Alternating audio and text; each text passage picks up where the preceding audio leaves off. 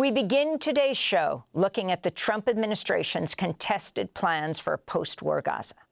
As President Trump formally inaugurated his so-called Board of Peace at the World Economic Forum in Davos, Switzerland, Thursday, his son-in-law, Jared Kushner, presented his vision of turning Gaza into an upscale, futuristic seaside resort with gleaming skyscrapers and entirely new cities, an ambitious proposal that would require an investment of at least $25 billion. Kushner outlined the so-called Gaza master plan as he presented slides, one of which showed a map of the besieged territory divided into different zones. Kushner said the first phase of the project would be to rebuild the southern Gaza city of Rafah, which was leveled by Israeli attacks. The Rafah border crossing with Egypt is expected to reopen next week. Families in Gaza fear Israel and the U.S. will move to forcibly displace them to another country. This is Jared Kushner laying out his plan. We've developed ways to redevelop Gaza. Gaza, as President Trump's been saying, has amazing potential, and this is for the people of Gaza. We've developed it into zones. In the beginning, we were toying with the idea of saying, let's build a free zone, and then we have a Hamas zone. And then we said, you know what, let's just plan for catastrophic success. President Trump presented his concluding remarks on the plan Thursday, saying, quote, "We're going to be very successful in Gaza." State person at heart, and it's all about location. And I said, look at this location on the sea. Look at this beautiful piece of property, what it could be for so many people. It'll be so great. People that are living so poorly are going to be living so well. This all comes as Palestinians in Gaza struggle to survive with little food or shelter due to Israel's relentless blockade of humanitarian aid. This is Mohammed al-Qudra and Khan Yunis responding to Trump's plan for Gaza. No matter how much he says, it's all in vain. Why? Because we as citizens aren't seeing any real change on the ground. The suffering remains the same. Rain, there are no tents, no shelters, as you can see. The destruction, wood, we don't have that. President Trump announced that the second phase had begun, but we haven't seen anything. People in Al-Mawasi are living in tents, displaced. People in the east can't reach their homes. You can hear the shooting, the shelling, day and night. Martyrs. For more, we're joined by Sharif Abdel Kouddous, the award-winning journalist and Middle East North Africa editor at Dropsite News. His new piece is headlined, "Leaked Documents Planned Community in Rafah Would Force Palestinians into Israeli Panopticon." He's joining us from Los Angeles. Sharif, thanks so much for being with us on Democracy Now! Start off by responding to what happened yesterday in Davos, Switzerland. President Trump, surrounded by many autocrats of the world, signing on to a charter agreement for the so-called Board of Peace, which Trump will lead even beyond his presidency, lead indefinitely. He personally has veto power and is in charge of the money, apparently $1 billion a seat for those who will be part of this Board of Peace. If you can respond to that and then lay out what you've learned from leaked documents. Right. Well, it's $1 billion to have a permanent seat. People who signed up get 3 years. But, you know, if we look at the charter of the Board of Peace, there's no mention of Palestine. There's no mention of Palestinians. There's no mention of Gaza. There's no mention of the right of return. There's no mention of the right to self-determination. What it does say is that, you know, Trump is chairman for life, and it gives him these, you know, king-like powers where he can only be replaced if he resigns or if he is deemed incapacitated but it needs to be a unanimous vote that is, you know, is kind of unattainable. He can appoint new member states. He can veto any decision. And so you have this Board of Peace. You have what's called the Founding Executive Board underneath that has people like Jared Kushner, Marco Rubio, and others on it. And then you have something under that called the Gaza Executive Board, which is made up of Palestinian technocrats that are supposed to implement these policies. So this is almost a farcical manifestation of colonialism in the 21st century. It's kind of like a parody of a colonial body. You know, if you had proposed this a few years ago, you would have been laughed out of the room, except that now it's actually real. And at the event yesterday, you played a clip of it, Trump's son-in-law, Jared Kushner, you know, delivered this presentation of what he called the master plan for Gaza's redevelopment and reconstruction. And yeah, you saw these kind of these renderings of high coastal towers and mixed zones and so forth. It looked like an AI fantasy. And let me just say, one of the slides in the presentation included Arabic script incorrectly written in reverse, so from left to right. Arabic script is written from right to left, and with the letters disconnected. So I mean, it's hard to take these people seriously. I mean, they're buffoonish, but the problem is that they control the largest military and economy in the world. But what we actually, when he talks about residential zones and the future of Gaza, we actually now have a glimpse of what is actually being planned. And it is extremely frightening. It's very Orwellian. So first, what we have to understand is that Gaza has effectively been cut in half. So after October 10th, the Israeli military withdrew to what's called now the Yellow Line, and they occupy and control over 50% of the Gaza Strip. And analysis of satellite imagery by forensic architecture that we published at Dropsite News shows how Israel is physically altering the geography of the land in that part of Gaza east of the Yellow Line that it does control. So what they're doing is they're constructing a lot of military infrastructure. There's been 13 military outposts built just since the ceasefire. So now there's something like 48 or 50 military outposts in this area. They've also built roads that are being connected to bases and settlements outside of Gaza in Israel. And what they're doing is essentially establishing facts on the ground. This is what Israel always does. Facts on the ground that will eventually become permanent. And actually just yesterday, we found out that Israel is digging a trench that is many meters deep along the Yellow Line in Gaza, basically to prevent Palestinians from crossing from one side to the other, to the side that Israel controls.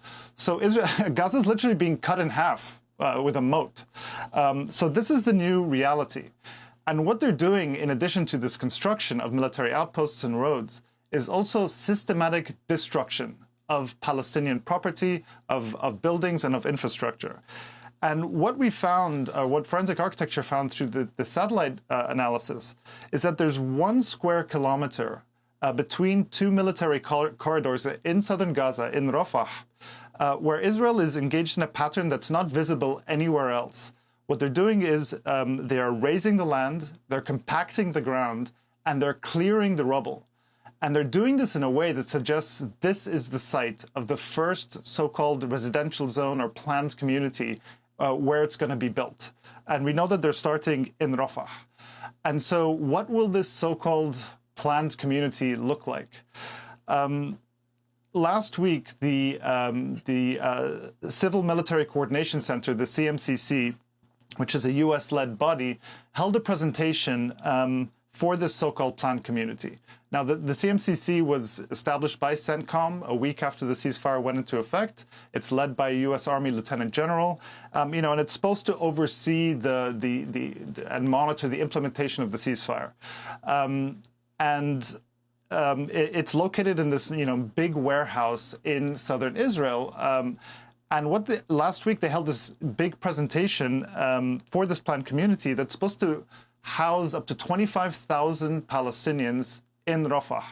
And we obtained leaked documents of this presentation. And they kind of very meticulously outline what this area is going to look like. It goes through, the municipality, the economy, health, education, law and order. And after actually reviewing a transcript of these materials, which we sent to Jonathan Whitall, who is a former senior UN official, in Palestine from 2002 to 2005. I'm sorry, 2022 to 25. He said that these new communities built on the rubble of people's homes are not only governance labs to test ultimate control and subjugation, but they're also the reincarnation of refugee camps. So we can go through, some of what these documents show. So let me just briefly say. So first, it provides a set of criteria for deciding which Palestinians will be, quote, invited to live there. And this includes undergoing security checks to prevent the entry of what they called Hamas elements. It doesn't specify who's going to be doing these security checks. But historically, in Gaza, the movement of Palestinians, for example, in and out of Gaza, has always been controlled by Kogat, which is the branch of the Israeli military that oversees the occupation of the West Bank and Gaza. So to enter this so-called housing zone or planned community, Palestinians will have to pass through a security checkpoint, and everyone entering will be registered with biometric documentation to enable them to move around, to enable them to access services. And that registry will be based on Palestinian ID numbers in coordination with Kogat. So, you know, the Israeli military already has an incredible amount of monitoring and surveillance of Palestinians in Gaza, but this gives them yet another layer of monitoring through biometric documentation.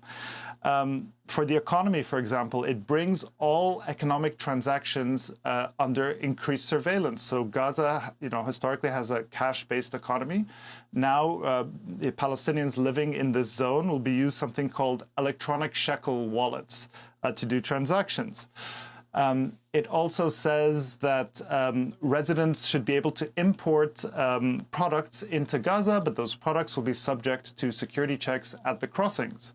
It makes no mention of the fact that Israel controls all the crossings.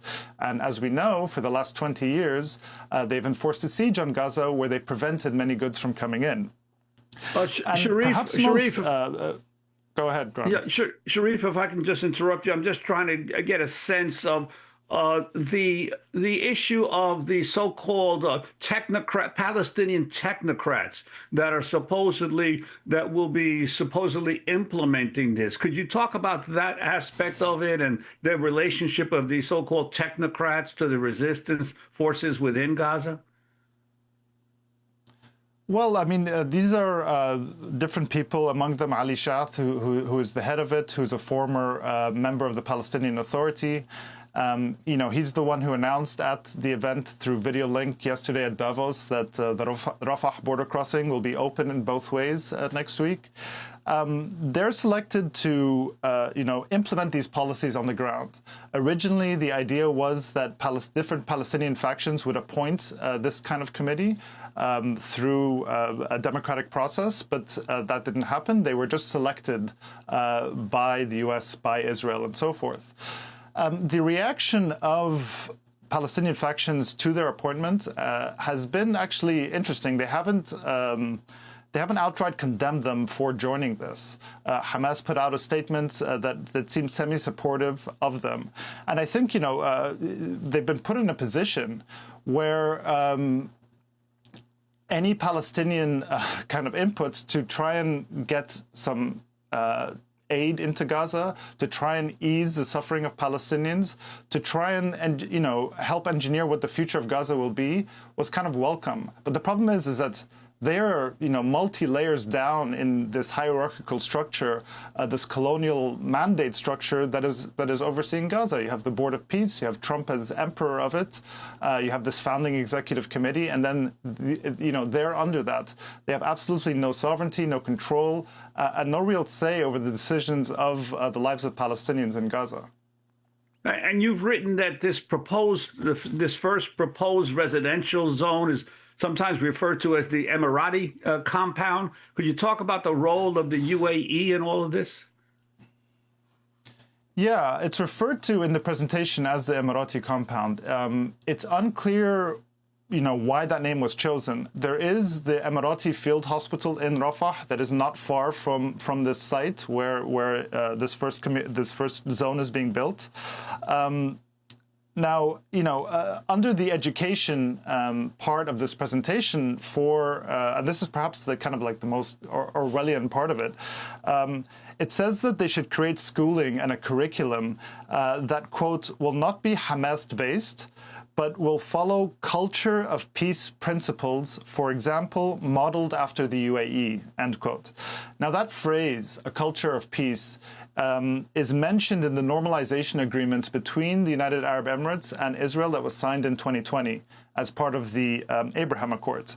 Now, since then, the UAE has normalized relations with Israel more than any other Arab country. They have very robust trade, tourism, defense deals, surveillance, like tech deals. And it seems that this idea of, the education idea for this housing zone is aimed at promoting an Emirati-inspired re-education program that will promote normalization with Israel. And, the last thing I'll say about this presentation is that it also says that, the land on which it's being built, they need to examine the private rights of Palestinian property holders so they can see about mechanisms for compensation to these, whoever's land it once was. They have the nerve to mention private property rights of Palestinians in Gaza, where nearly the entire population has been displaced, mostly multiple times. Nearly every building has been damaged or destroyed outright. And, there's a genocide where Israel has created the conditions of life calculated to bring about the physical destruction of Palestinians. And so they coldly talk about private property rights as if, and compensation, as if this genocidal war that we've all witnessed for over 2 years never happened. But essentially, that's the vision of what's to come. We heard Jared Kushner say, we're not going to do the free zone and the Hamas zone, and he's referring to those two sides of the yellow line, which is kind of how it stands. One side where most Palestinians are, and the other side that's controlled by Israel. He said, we want, what did he say, catastrophic success, and you saw the rendering showing all of Gaza. I don't think that's what's actually going to happen. We're seeing now, as I mentioned before, there's a trench literally being built that's splitting Gaza in half. Israel is consolidating control. And what you're going to have is these Orwellian housing zones where Israel and outside forces have complete economic, social, and security control over every aspect of the lives of a new generation of dispossessed Palestinians who are corralled into these spaces. And then in this kind of other half of Gaza, you're going to be left with Palestinians living in a wasteland where no construction is allowed to be conducted, that's under constant assault by Israeli bombs, where there's hardly any food, there's hardly any shelter, and they're, left to survive under conditions of genocide. Sharif, and this is the future that they're trying to write for Gaza. Sharif, we just have a minute, but I had to ask you about the attacks that continue in Gaza, killing at least 11 Palestinians Wednesday, including 3 journalists who are working with the Egyptian Committee for Gaza Relief. Mohammed Keshta, Abdul Rauf Shath, and Anas Ghanaim were killed when an Israeli missile struck their vehicle. Shath was a contributor to CBS News, Agence France Presse. He had just gotten married. Mohammed Mansour of the Egyptian Committee for Gaza Relief condemned Israel's attack on the journalists. This is what he said. What happened is a very big crime committed by the Israeli army by targeting a crew belonging to the Egyptian committee. This crew was not firing rockets nor fighting the Israeli army. The Egyptian committee's crew was in a humanitarian mission. This crew is searching day and night for a shelter to house our people. Sharif, can you tell us about these 3 journalists? Again, according to the International Federation of Journalists, at least something like 258 journalists and media workers have been killed in Gaza in the last 2 years. Yeah, as you mentioned, this is Mohammed Ishta, Anas Ghanaim, and Abdul Rauf Shath, who was actually a freelance cameraman, a long-time cameraman for CBS News and Agence France Presse. And they were killed while they were in their car recording footage of a tent encampment for displaced people in central Gaza. They were killed about a mile away from that camp. The Egyptian committee that hired them, that they were working for, said the car was clearly marked, and yet the Israelis bombed it anyway. And this is part of a pattern that we've seen over the past 2 years, where the Israeli military has killed an unprecedented number of journalists with complete impunity. And it came as world leaders are gathering in Davos and talking about, so-called a board of peace and so forth. And it's sad to say that these types of killings of journalists, of Palestinian civilians every day, hardly make waves anymore. It's become normalized in the world for Palestinians to die. And the world has allowed this to happen. And this is, yet another blow to the journalistic community in Gaza that has suffered more than we've seen, in any part of the world in generations. And more than just a blow to the journalists of Gaza, but to the journalists of the world. Sharif Abdel Kouddous, we thank you so much for being with us, award-winning journalist and Middle East, North Africa editor at Dropsite News. We'll link to your piece, headlined Leaked Documents, Planned Community Rafah would force Palestinians into Israeli panopticon. Thanks for watching Democracy Now! On YouTube. Subscribe to the channel and turn on notifications to make sure you never miss a video. And for more of our audience-supported journalism, go to democracynow.org, where you can download our news app, sign up for our newsletter, subscribe to the daily podcast, and so much more.